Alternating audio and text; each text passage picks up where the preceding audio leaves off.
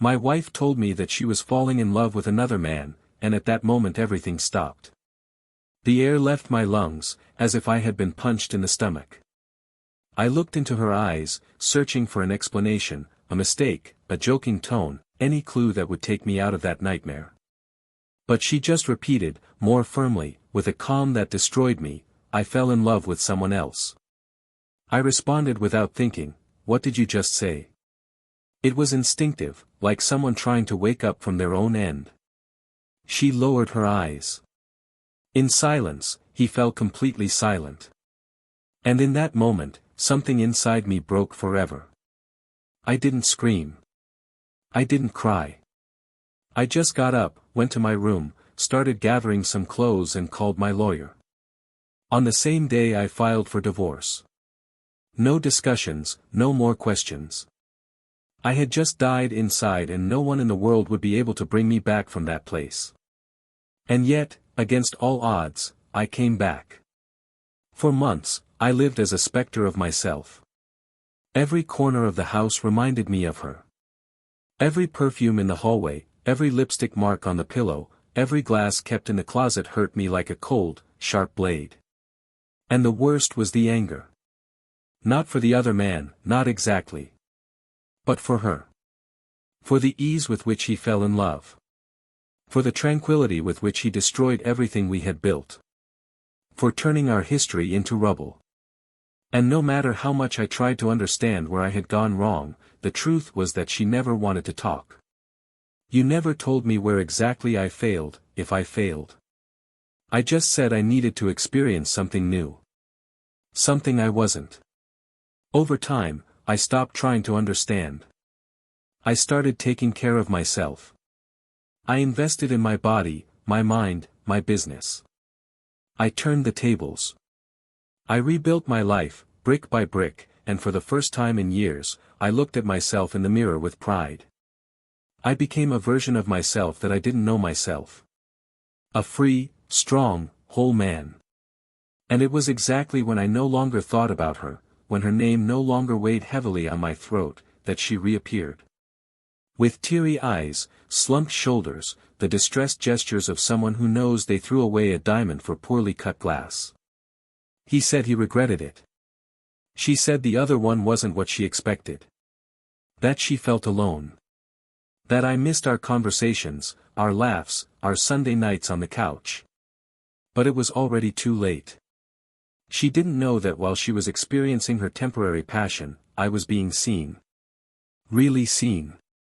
For someone who didn't try to change me, who didn't expect more from me than I could offer. Someone who fell in love with my scars, not despite them.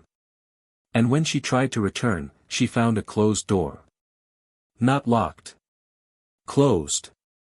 Because cheating, deep down, is not about the other person. It's about yourself. And she betrayed her own history, her own memory, her own promise. I forgave her, but I would never go back. Because a part of me died in that room, on that day, in that sentence. And what was reborn afterwards was another man.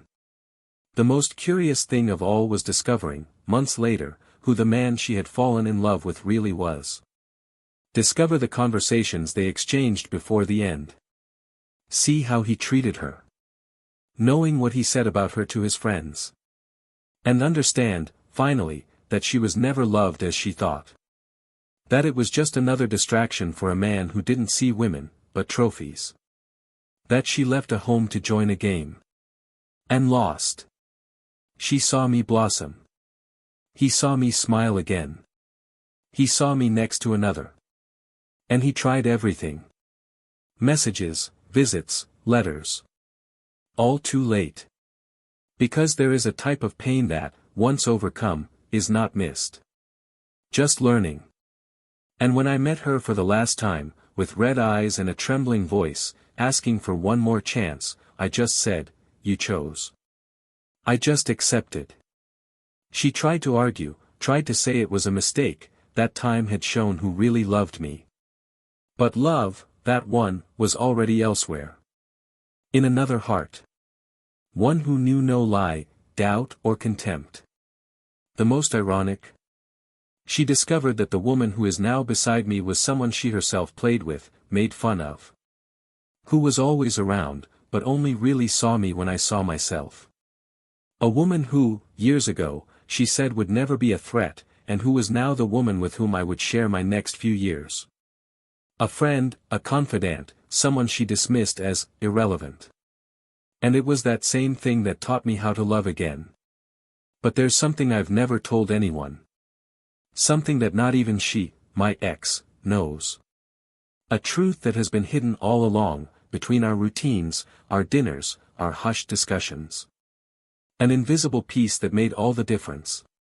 And when that truth comes out, when the true origin of the betrayal is revealed, when everything is finally understood, maybe, just maybe, it will become clear that this story was never just about infidelity. She was about everything you don't see. About what is ignored. About what hides behind, "I love you." And about what happens when it's too late to turn back. Because there are truths that burn, others that heal. And still others that redefine everything. And you'll discover that this story was never actually about betrayal. It was about what's left after love ends. And about who was really by my side, the whole time. Welcome to the channel. Here, we do not support and will never romanticize betrayal. All stories told are fiction, but they carry deep truths about what infidelity can cause. Our purpose is clear: show how betrayal destroys homes, corrodes souls and changes destinies forever. Get ready now, because what you're about to hear, it's a shocking, intense and unforgettable story. Let the drama begin. They met on a rainy late afternoon, in a corner cafe where the rush of the world seemed to slow down. Ethan was late for a meeting and Isabella, trying to escape the storm, walked in there by chance. Their eyes met for seconds, long enough for fate to decide to intrude. He is a financial analyst for a growing multinational. She, a recently graduated architect, is passionate about design and details that almost no one noticed. The conversation started shyly, stumbling over comments about the weather, but within minutes they were laughing like old acquaintances. There were no games, no disguises, just a raw, unpretentious connection, but filled with something inexplicable. They left that cafe without knowing it, but they had just stumbled upon a noose that would bind them for more than a decade. The relationship evolved with the smoothness of things feeling right from the start. Within a few months, they shared keys, beds and plans. Ethan was calm, methodical, someone who liked stability and predictability, while Isabella was pure intuition, driven by passion and moments. And perhaps it was this opposition that united them so deeply. He saw in her the spark that was missing in his days. She saw in him the safe haven where her restless soul could finally rest. And so they continued, building a life together, first in a small apartment with white walls and little furniture, then in a larger house, full of plants, books and memories framed on the walls. There were years of silent complicity. Of sharing comfortable silences and small daily victories. Ethan always arrived at 6:30 p.m. Took off his shoes at the door, and went straight to the kitchen to kiss her on the forehead, wherever she was. Isabella, in turn, left notes around the house, with phrases ranging from, "I'll be back soon," to, "I thought about you all day." They had rituals that seemed silly to those observing from the outside, but that supported their bond like invisible beams. Sunday nights, for example, were sacred, pizza on the couch and an old movie chosen by lottery. No one cancelled, no matter what happened during the week. And yet, as in every true story, there were cracks. Small, discreet, but they began to emerge when time began to weigh more than enthusiasm. Isabella gave herself too much to everything she did. In projects, in friends, in social commitments. Sometimes he seemed to forget himself. Ethan, on the other hand, carried a constant, almost existential tiredness that made him absent even when he was there, sitting next to her. Yes, they talked. They laughed, too. But there was something that gradually settled between them, the absence of deep questions. The, "How are you really?" the, "What have you been thinking about lately?" those things that support intimacy. They began to live more as partners than as lovers. And although the love was still there, in the care, in the kindness, in the respect, there was a subtle distance, a lack of urgency, that was spreading like dust under the rug. They both noticed, but neither of them knew exactly what to do with it. Because they were fine.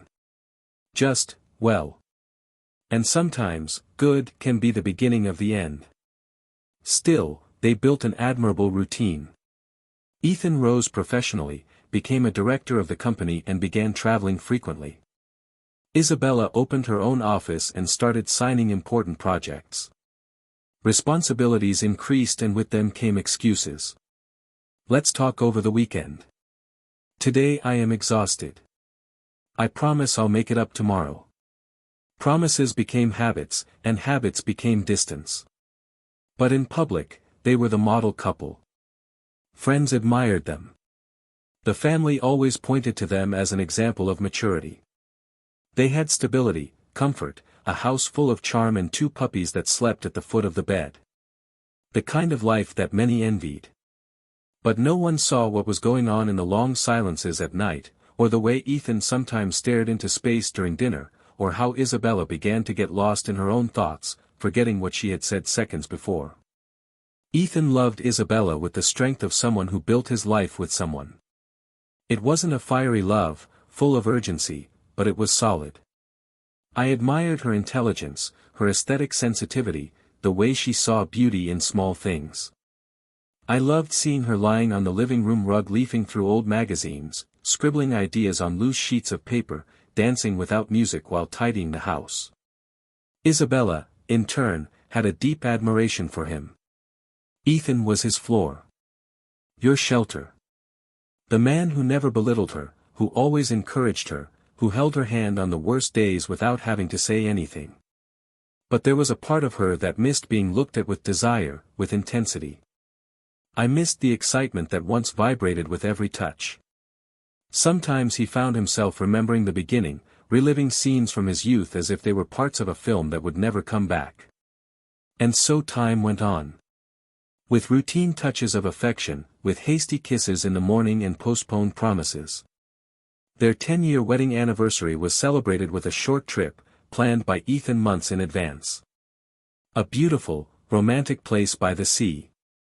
But even there, in the perfect scenario, Isabella had difficulty disconnecting from the world and reconnecting with it. Ethan noticed but didn't comment. He simply held her hand tighter, laid his head on her lap at night, searching in the silence for some sign that there was still something between them beyond coexistence. When they returned from the trip, Isabella started going out more. Accepting invitations that I previously refused, meeting professional colleagues and resuming old hobbies. Ethan, even though he noticed the change, preferred not to question it. I thought maybe it was just a phase. That returning to the center of herself would do her good. That, after so many years, this was natural. Weekends became more dispersed. Sometimes she would sleep late, he would go for a run alone, and they would only meet at the end of the day. The puppies began to notice the silence. The plants on the balcony, previously cared for with zeal, began to wither. The music stopped playing throughout the house. Mealtimes became quieter. But there was still respect. There was still care. He prepared her coffee the right way, left the towel in place, adjusted the blanket around her feet at night. She remembered his preferences, made little surprises, filled the fridge with his favorite juices. They were automatic gestures, yes, but sincere. Like someone who still remembers, even without feeling it, because it was a habit for so long. One day, she received an invitation to participate in a conference outside the city. 3 days away. He encouraged her, said it would be good for her. He bought a symbolic gift for her to take with her, a notebook with a handmade cover to write down ideas. When she returned, Ethan was in the living room with a table set, a dinner prepared by himself, candles lit, soft music in the background. She smiled, excited. Dinner was good. They talked about light things. He told stories from work. She talked about the Congress. And when the night ended, they slept hugging each other, like they hadn't done in a long time. Ethan believed this was a new beginning. That all it took was a push. But the following days returned to the same rhythm as before, and the fleeting connection slipped through our fingers again. In one of the casual meetings with friends, someone commented that they were an example of how to maintain a healthy marriage even after so many years.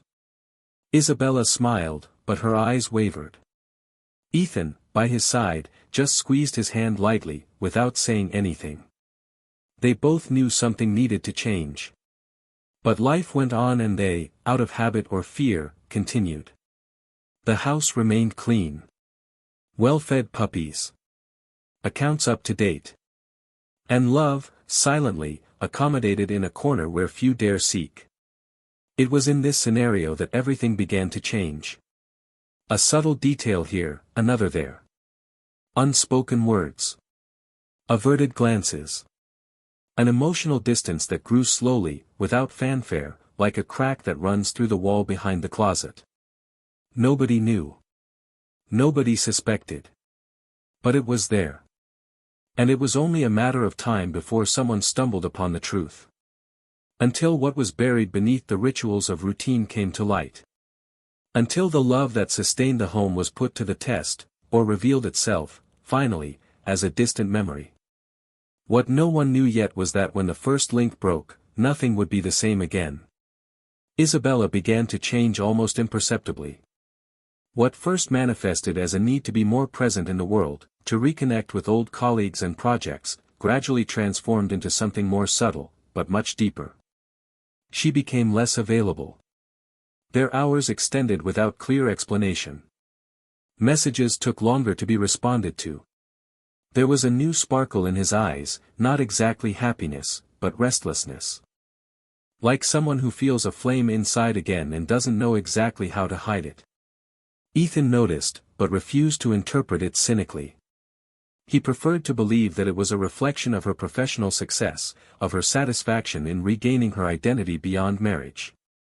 Isabella has always had a thirst for the world. He knew that. And it was that same thirst that he had once fallen in love with.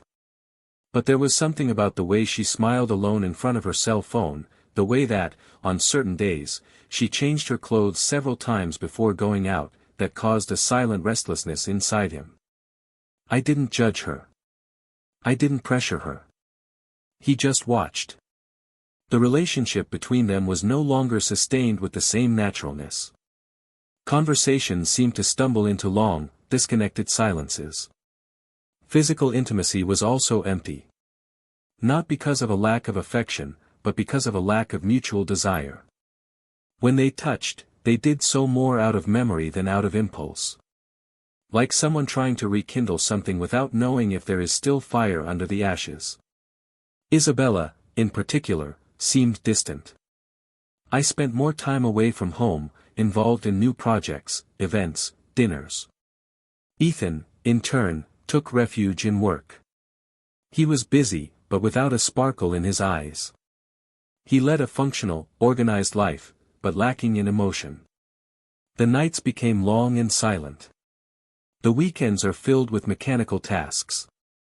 Still, there were tender moments. Small rescues that made it seem like everything could go back to its place. But soon the abyss between them began to insinuate itself again, sucking in any attempt at getting closer. A new client had appeared in Isabella's office. A well-known name in the architecture sector, someone with a solid reputation, important projects in his portfolio, and a discreet charisma that imposed himself effortlessly. He arrived for a consultancy, looking to transform an old space into something modern, artistic, with personality. Isabella was enchanted from the start. Not just because of the project, but because of the way he listened to her, as if her ideas had weight. As if everything she said was priceless. And for someone who had felt invisible indoors for months, it fell like rain after a long drought. At first, the meetings were only professional. Exchanges of references, alignment of expectations, technical visits. But soon came the coffees, the quick lunches between meetings, the long looks. He was intelligent, confident, knew art, literature, and spoke enthusiastically about details that usually went unnoticed. And, above all, he looked at Isabella as if she were unique. She felt alive next to him. Desired. Venerated. Feelings that I hadn't experienced in a long time. And she began to surrender, little by little, without admitting to herself what was happening. The first touch was a bump on the stairs of a building, followed by an apology and a shy smile.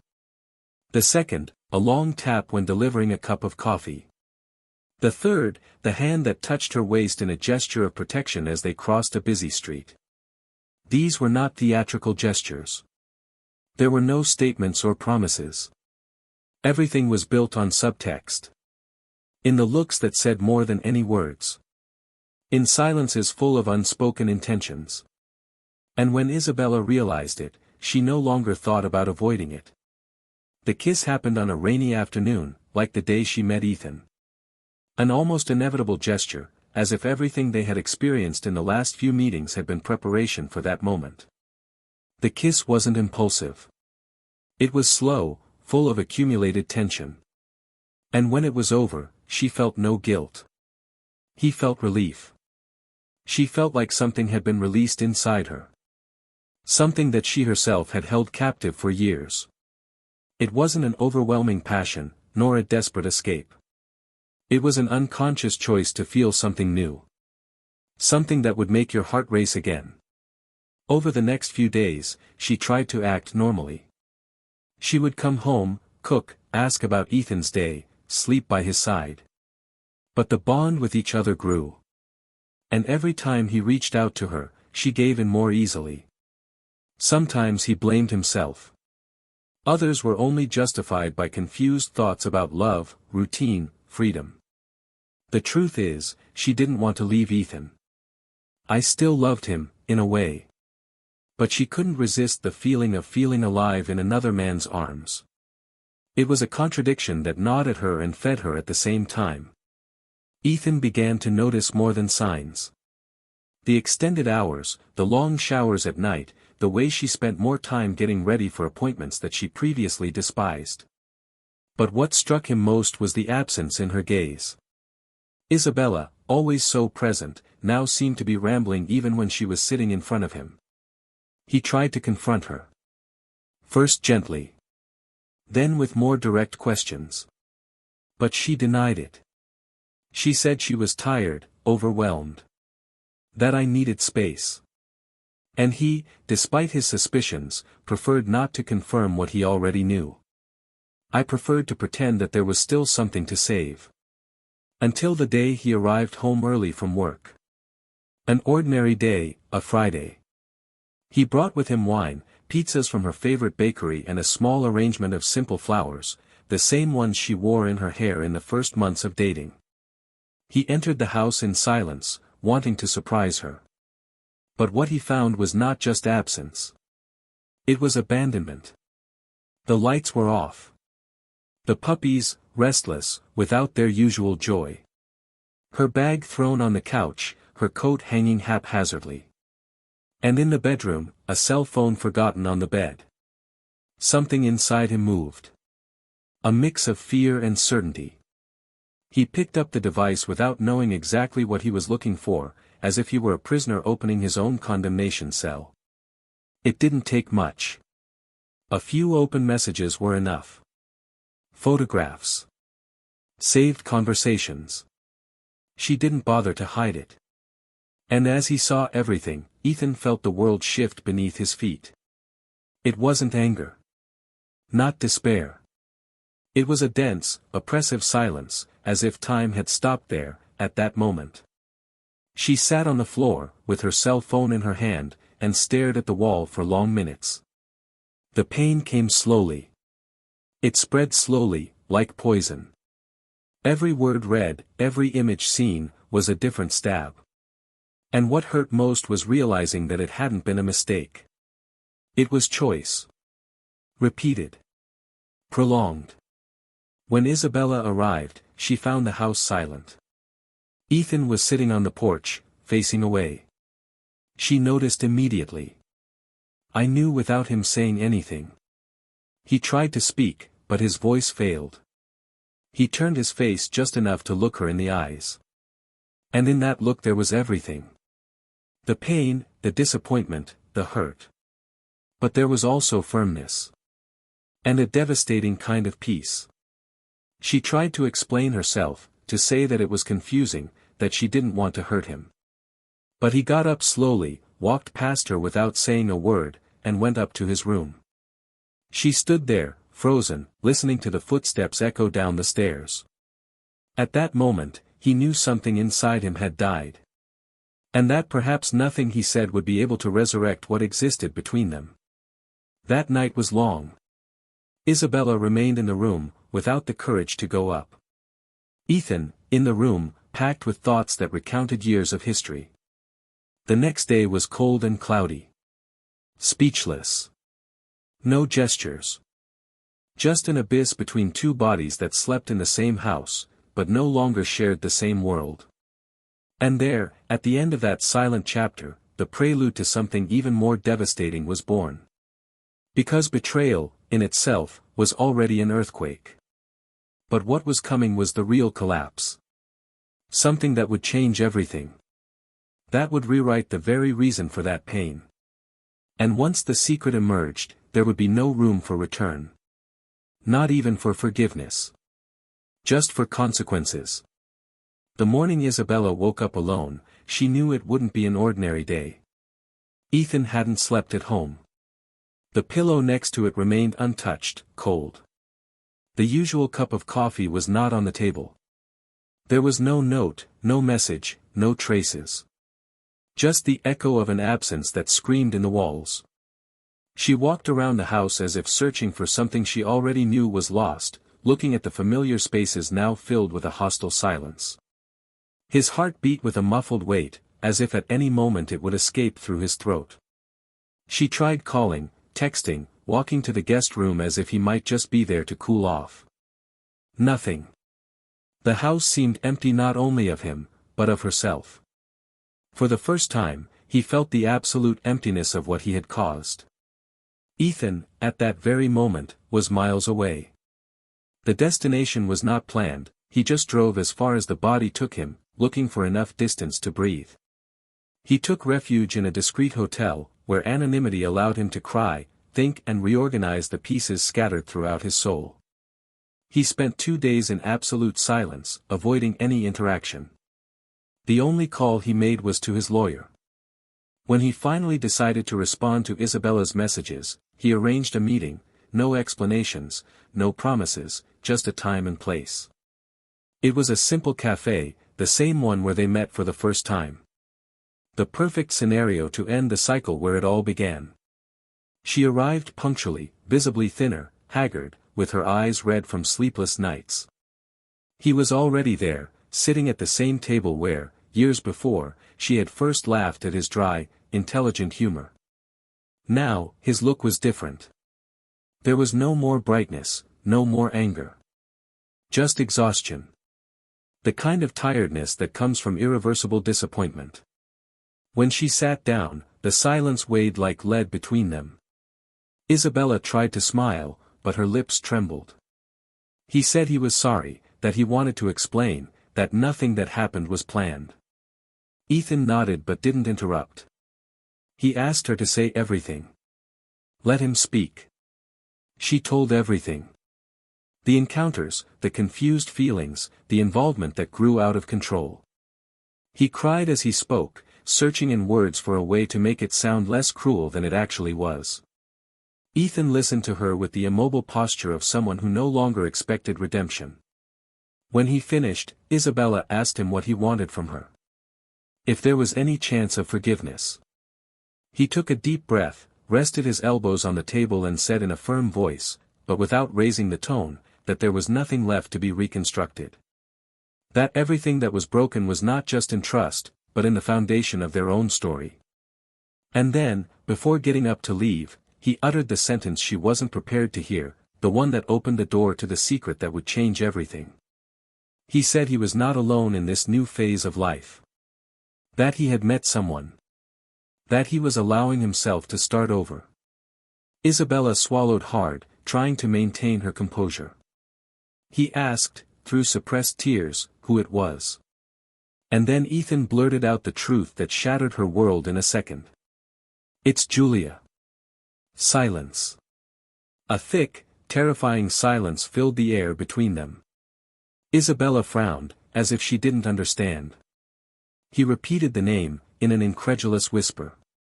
Julia was a longtime friend.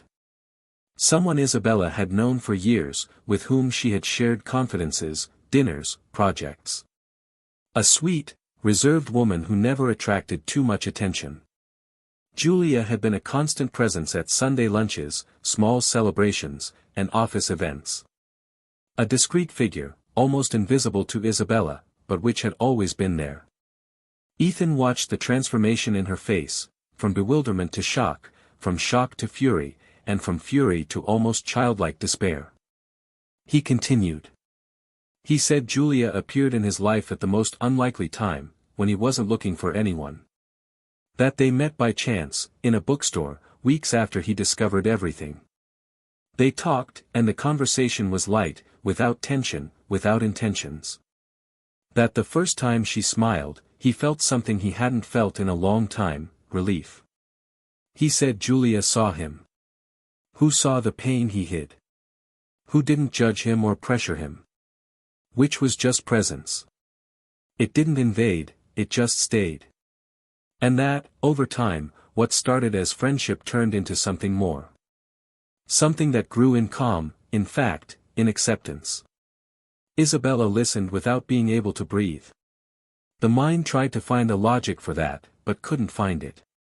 Julia. That Julia. That woman she always underestimated. Which I thought was boring. That I thought was lonely, uninteresting, dull. And now it was with her that Ethan smiled again. He got up from the table abruptly, his chair squeaking on the floor. He shouted that this was a double betrayal, that he was as dirty as she was. But Ethan just watched. He didn't fight back. It didn't justify it. He just let her vent her pain. And amidst the whirlwind of words and accusations, she finally asked how long it had been. And he responded. A month after she started seeing another man.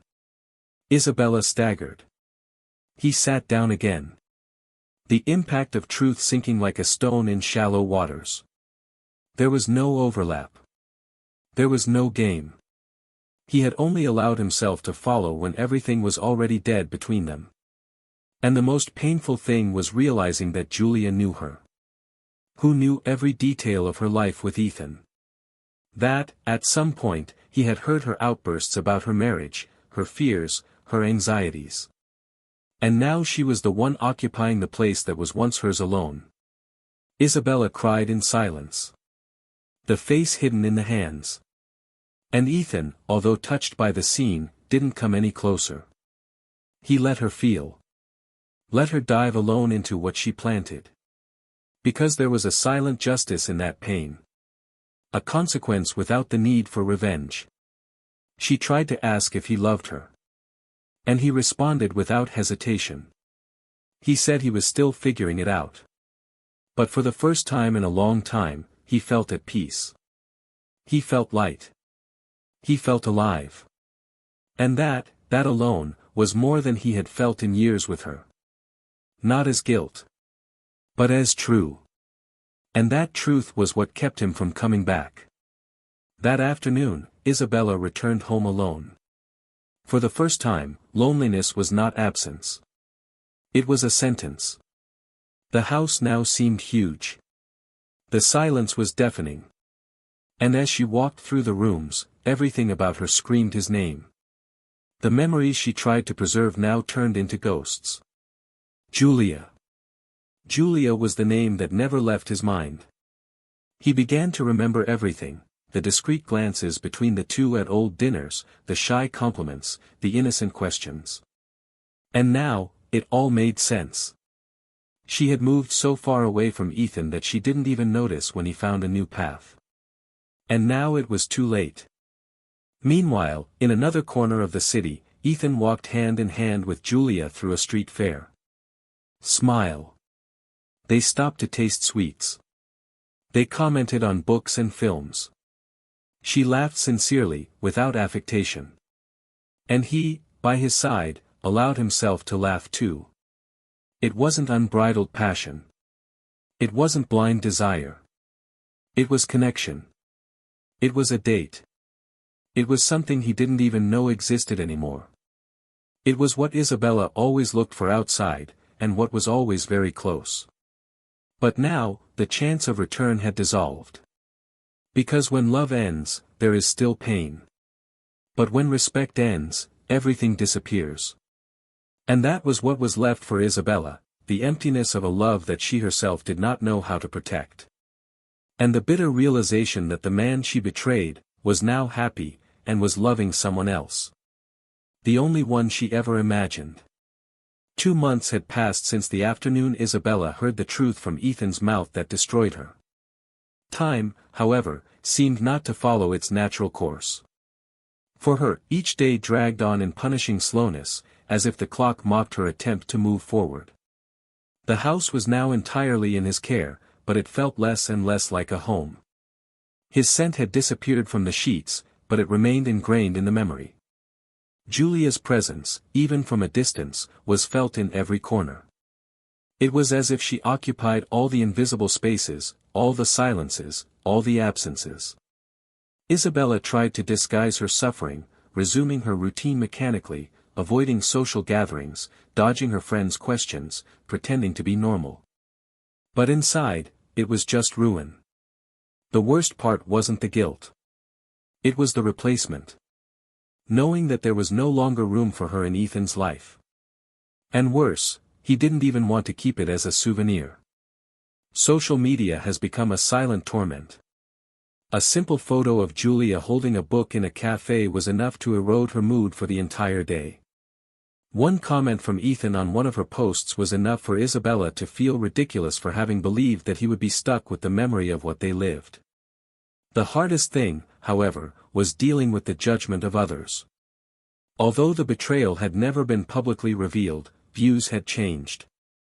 People seemed to intuit that something had been lost, something serious. And that made her feel even smaller. Even her parents, previously so neutral, began to ask too careful questions, sentences with too long pauses, looks that avoided hers as if they were afraid to find there the reflection of a daughter they no longer recognized. One night, after another long and silent day, Isabella decided to go out. He took the car and drove aimlessly through the city streets, only to feel the wind hitting his face and remember that he still existed. He ended up parking in front of an old art gallery where they used to go in the early years of their marriage. It was late, the space was closed, but he still got out of the car and walked to the entrance. He leaned against the glass door, eyes fixed on the void of darkness within. There, between memories and laments, she allowed herself to cry. But this time it wasn't a cry of despair. It was a silent, resigned cry. An inner goodbye. Because even though it still hurt, I was starting to accept that I had lost. And that the only way to survive was to stop trying to recover what no longer existed. On the other side of the city, Ethan was watching a documentary next to Julia, on the couch in her house. The simplicity of the moment comforted him. He no longer felt the tension that had accompanied him for years. Julia had a way of filling space without suffocating. He spoke little, but listened deeply. With her, silence was rest, not weight. During one of the breaks in the program, she leaned over to him, touched his hand and asked if everything was okay. He smiled slightly, squeezed her fingers between his and said yes. And in that gesture, there was truth. Julia didn't make him forget Isabella. She simply reminded him of who he was before he lost himself in the inertia of a crumbling marriage. There was no rematch there. There was no rush. Just a new beginning, built carefully, brick by brick. Isabella, however, could not move on. Julia's presence consumed her. And in a moment of impulse, he looked for his contact on his cell phone. The number had been saved forever, but there had never been a reason to use it. Until now. He wrote a short, direct message and deleted it. He wrote another, longer one, full of veiled accusations, and deleted it again. He took a deep breath and wrote for the third time. "We can talk." It sent. I didn't expect an immediate response. But 20 minutes later, the cell phone vibrated. "Of course. Tell me when and where." Isabella chose a neutral place, a discreet cafe where no one would recognize them. When he arrived, Julia was already there, as always, punctual, serene, with a look that mixed caution and compassion. Isabella sat down without greeting. The first minutes were dry, filled with tense silence. She didn't know exactly what she wanted to say, she just knew she needed to understand. Julia remained calm, listening to each question patiently, without reacting to the hostility hidden in the words. When Isabella asked why, Julia answered simply. He said he never planned on getting close to Ethan. That she felt guilty, yes, but not sorry. That what had come between them was not built on the destruction of a home, but on the rubble Isabella had left behind. She said that while she was looking for love abroad, Ethan was just trying to survive. And that, in that process, both, Ethan and her, ended up finding each other. It wasn't defense. It was no justification. It was just a fact. Said with the dignity of someone who didn't need to hide. The words hurt Isabella harder than any insult. Because they came without poison. They were clean truths, impossible to refute. And the pain he felt was not because of jealousy, but because of the cruel awareness that he lost someone not because he was taken, but because he emotionally abandoned him long before. He tried to maintain his posture, but his voice failed. He said he never imagined Julia would be capable of this. Julia, with teary eyes, replied that she also never imagined that one day she would fall in love with someone who had another woman's face, name and story in the past. That it tore her apart inside, but it didn't change how she felt. They said goodbye with a cold, almost symbolic handshake. And Isabella, when she left, felt strangely relieved. For the first time, he was sure that the story was over. Not by Ethan's decision. Not even on Julia's initiative. But out of exhaustion. Because she herself no longer recognized the woman she had been. I no longer wanted to be the one who looked for love in the wrong arms while neglecting those who truly loved her. That same week, she cancelled appointments, left the office for an indefinite period of time and traveled alone. He needed to find himself again, away from everything. Far from the memories. Away from blame. He only took the essentials, light clothes, a notebook and a forgotten book on the shelf that Ethan had given him years before and that he had never read. Meanwhile, life between Ethan and Julia continued at a different pace. He was in no hurry. No hasty plans. He still felt the marks of everything he had experienced. But now, for the first time in a long time, he was weightless. I knew there would still be traces of pain, memories that would return without warning, but I also knew there was room for something new. And that new one could, yes, be light, true, silently happy. Isabella returned from the trip 3 weeks later, visibly transformed. There was peace in his gestures. Not complete serenity, but acceptance. He returned to his home with the clear intention of starting over. Not with someone, not in another relationship, but with yourself. He ordered new furniture, changed the layout of the room, changed the curtains. Small gestures that marked the beginning of a new story. And one afternoon, while having coffee on the balcony, alone, she smiled for the first time in a long time for no apparent reason. It was a shy, almost imperceptible smile. But true. Ethan, at that same time, was also smiling, as he watched Julia drawing absently on a paper napkin, in the same cafe where it all started with Isabella so many years ago. It was another time. Other memories. Other pains. But now, finally, there was a chance for something truly good to blossom. Something that was born not of guilt, nor of betrayal, but of the conscious choice to allow oneself to start again. And for the first time, both, he and she, were walking towards a future where the past no longer dictated the rules. The following weeks did not bring immediate calm, but they did offer new silences. Different silences, less cutting, more contemplative. Ethan returned to his routine with light but thoughtful steps. Julia's presence accompanied him subtly, not as a replacement for the past, but as a serene extension of a present constructed with more consciousness. He was still haunted by occasional memories, by flashes of memories that appeared without warning, especially when passing certain places or hearing specific songs that marked the ancient history with Isabella. But the difference now was the weightlessness of those memories. There was no more grudge. Just a mature acceptance that certain chapters close not because of lack of love, but because they have exhausted all possibilities of permanence. Isabella, in turn, had immersed herself in a process of internal reconstruction. It was not a romantic or inspiring path as so many like to imagine. It was, in fact, lonely, uncomfortable and demanding. She discovered that she had become a stranger to herself. Someone who shaped their desires around someone else's life, until they no longer knew how to distinguish what was a genuine desire and what was a need to belong. He began attending therapy sessions, not with the aim of recovering what he had, but of understanding how he had allowed his own essence to be diluted by hasty choices. The betrayal she committed, she now understood, was less about Ethan and more about the emptiness she ignored in herself. And this understanding, far from alleviating the guilt, intensified a specific type of pain, the pain of having caused the destruction of something that could have been saved if I had had the courage to look inside before looking outside.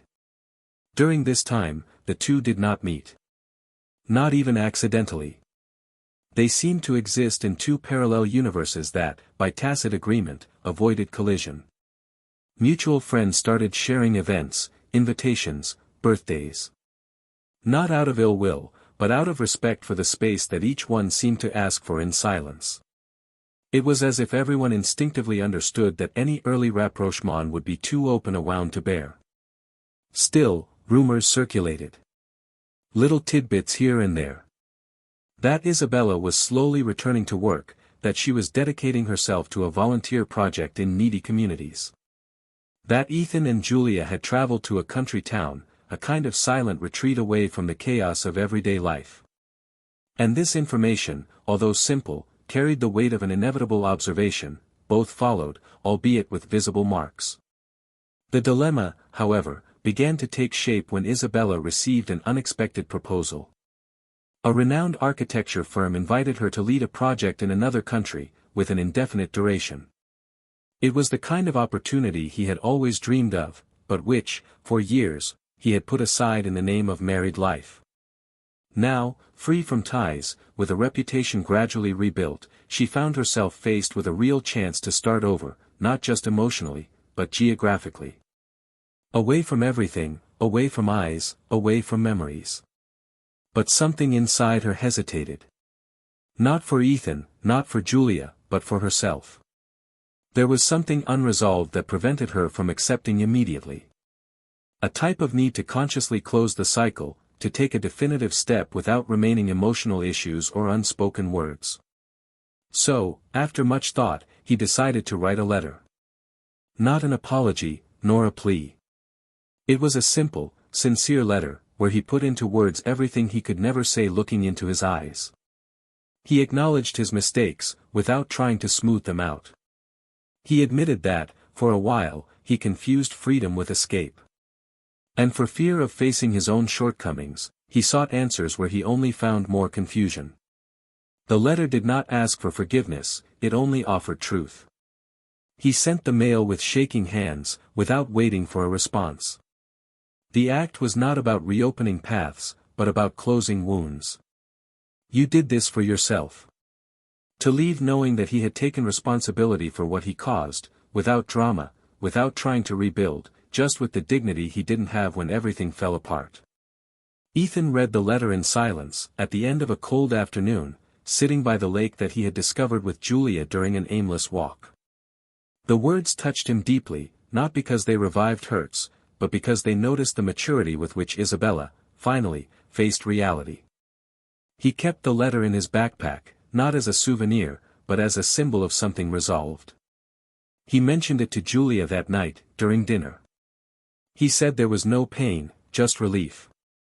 That receiving that gesture made him realize how much he had evolved since the breakup. Julia listened to him attentively, as she always did, without feeling threatened. She knew that certain loves don't die when the relationship ends. They just change places.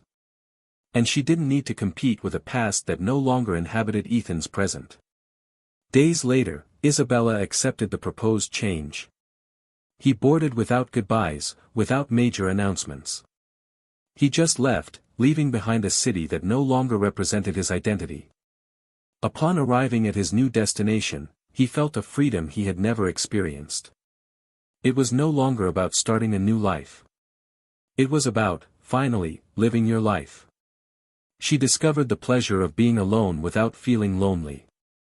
She met new people, immersed herself in work that challenged her, visited exhibitions, visited libraries, and rediscovered forgotten passions. Her life took on new contours, no longer defined by her relationship with others, but by who she wanted to be. A slow but real process. For the first time, there was no noise inside him. Just a deep calm, built on pain and loss and truth. Meanwhile, Ethan continued his new routine with Julia. They had decided to live together after almost a year of relationship. Nothing grand, nothing announced. Just the realization that they were good to each other, that they knew how to respect their limits, that they were ready to share everyday life without turning it into a stage. The coexistence was light, but not lacking in depth. They knew how to talk, disagree, adjust rhythms. And in one of those intimate moments, during a simple dinner cooked together, Ethan said he still believed in love. And that, despite everything he had experienced, he felt lucky to have found someone willing to love without rushing, without demands, without needing to erase what came before. Julia just smiled, and in that smile there was everything: understanding, respect, and above all, reciprocity. Life followed its course for both, but not in a linear way. There were still difficult days, memories that appeared out of nowhere, questions that would never be answered. But what changed now was the way they dealt with these shadows. They no longer feared them. They no longer ran away from them. They looked at them with the firmness of someone who knows that everything that has been experienced, including mistakes, failures, falls, makes up the journey that brought them there. And this understanding was what kept them firm. There was no happy ending yet. There was a process. And this process, as complex as it was, finally made sense. Because, in the end, the deepest pain also teaches. And the scars, although they don't disappear, one day they stop hurting. Time, as always, ran its course without asking anyone for permission. Months turned into years, and with them, feelings took on other names, other shapes, other colors. Isabella permanently settled outside the country. His life changed, not just its address, but its essence. The woman who arrived there was the shadow of someone who didn't understand herself, who was struggling with her own mistakes. The woman who began to walk through new streets, with another language in her ears and another routine on her feet, was reborn with the strength of someone who fell without anyone to support her and decided that she would no longer allow her story to be written by the choices of others. He found meaning in the silent mornings, in the bitter coffee, in the books he read carefully, in the classes he taught to young people passionate about architecture. Little by little, she was recognized not for the woman she had been, but for the professional she had become, for the innovative vision she brought to projects that were now gaining space in magazines and international awards. She became a reference, speaker, invited to open events where before she was barely heard. And as much as she smiled and felt proud, there was a tiredness in her eyes that not even praise could erase. A tiredness that is not physical, but emotional, the kind of fatigue that comes from the awareness of having learned too late what should never have been neglected. She followed alone, by choice. There were suitors, brief flirtations, breathless attempts. But she didn't feel whole enough to deliver something true. I didn't want to make up for absence with presence. And, deep down, he knew that he still carried within himself the consequences of everything he had experienced and caused. His life was now full of achievements, but it was never light again. Not like before. Because certain brands don't scream, but they weigh. Isabella learned to be admired, but she never felt loved again. And that was his greatest punishment, understanding, at the height of his own success, that love, when wasted, does not return. It can even be replaced, reinvented, transformed. But the one that was lost through carelessness never blooms again with the same purity. And she knew that, even if everyone saw her as an example of overcoming, the memory of who she was with Ethan would always live inside her. And what he let die out of ego, vanity, and distraction. Ethan, now living a serene life, has found the kind of peace he never believed was possible after all. The relationship with Julia solidified not in the speed of passion, but in the depth of everyday life. They built a coexistence based on listening, in the absence of unrealistic expectations, on respect for each other's spaces. There were no grand promises, no flashy dreams. There were simple and true plans. A trip for two at the end of the year, the desire to buy a smaller house in the countryside, the idea of opening a small business together. He rediscovered the value of silent presence, of touch without demands, of love that welcomes instead of demands. For the first time, I didn't feel like I needed to prove anything. With Julia, he was just himself. Imperfect, sometimes closed, other times distracted. But I accept it completely. Years later, on a sunny afternoon, while strolling through a charming bookstore downtown, he found an architecture book with Isabella's name printed on the cover.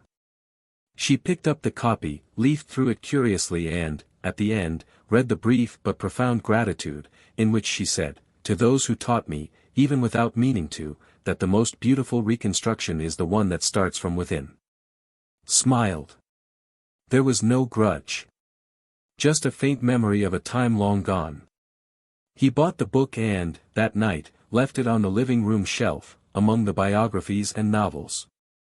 It was a kind of silent milestone, a reminder that everything they had experienced had brought them to where they were now. And that was enough. Julia, upon seeing the book, did not question it. He gently ran his fingers over the cover and commented that Isabella seemed to have found her place in the world. Ethan nodded and just said he was rooting for her. Because true love also knows how to liberate. And he had freed them both the moment he understood that insisting on what was already lost is only prolonging the suffering of both. With Julia, he learned that relationships are not based on demands, but on daily choices. He learned that trust is not required, it is built. And to love again you first need to know how to love yourself. And this, he achieved after being shattered, after having rebuilt his dignity from the ground up. And today, he walked with firm steps because he knew who he was, what he deserved, and who he had chosen to share his days with. Fate, always ironic, still had one last meeting in store. During an international event, Isabella and Ethan were invited as speakers on different panels. She would talk about emotional architecture, he would talk about sustainable project management. They crossed paths backstage, away from the spotlight, in a silent and narrow corridor. When their eyes met, there was no pain, no longing, no guilt. Just recognition. A subtle nod. A half smile. "How are you?" which did not require a long answer. They talked for a few minutes. They exchanged brief updates, avoided the past, respected the present. At the end, he wished him success in his talk. She reciprocated sincerely. And when they said goodbye, none of them looked back. Not because it didn't matter. But because there was nothing there to be disturbed anymore. Years later, Isabella wrote a memoir. He didn't use names. No dates were mentioned. Just emotions. He talked about how love can get lost between the lines of silence. About how the absence of a watchful eye can cost you a lifetime of connection. And about how, sometimes, the hardest lesson is the one that teaches us to recognize the exact moment when it is still possible to return, and choose not to. The book was a critical and public success. She inspired thousands of people, especially women, to reconnect with their truths. And when asked in an interview if she had based it on real facts, she simply replied that every writer, deep down, writes to heal what once hurt. Ethan, when reading the book, recognized excerpts, sensations, dialogues. He felt a lump in his throat, but not from sadness. It was like watching a film that he knew by heart, but now saw from a different angle. He understood that Isabella had found her form of redemption. Not because I apologized, but because I understood. And that, in the end, was all he hoped would happen one day. He continued his life with Julia, more grateful than ever.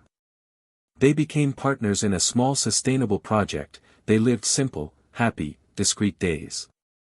They grew old together, between coffees, walks and plans that never stopped making sense. And so, each one got the end they deserved. Not for punishment, not for reward. But by choice. Because, in the end, every betrayal carries two wounds, the one that is inflicted on the other and the one that is buried within oneself. Some heal over time. Others, not even time can erase. And that is the real consequence. Not what is lost. But what can never be felt in the same way again. If you've made it this far, comment now what you think of this story. What marked you the most? Which character did you understand the most? We want to know your opinion. And of course, don't forget to subscribe to the channel to follow more stories like this. Remember, here, we never romanticize betrayal. Our commitment is to emotional truth and the real consequences it causes in the lives of those who feel, suffer and survive. Until next time.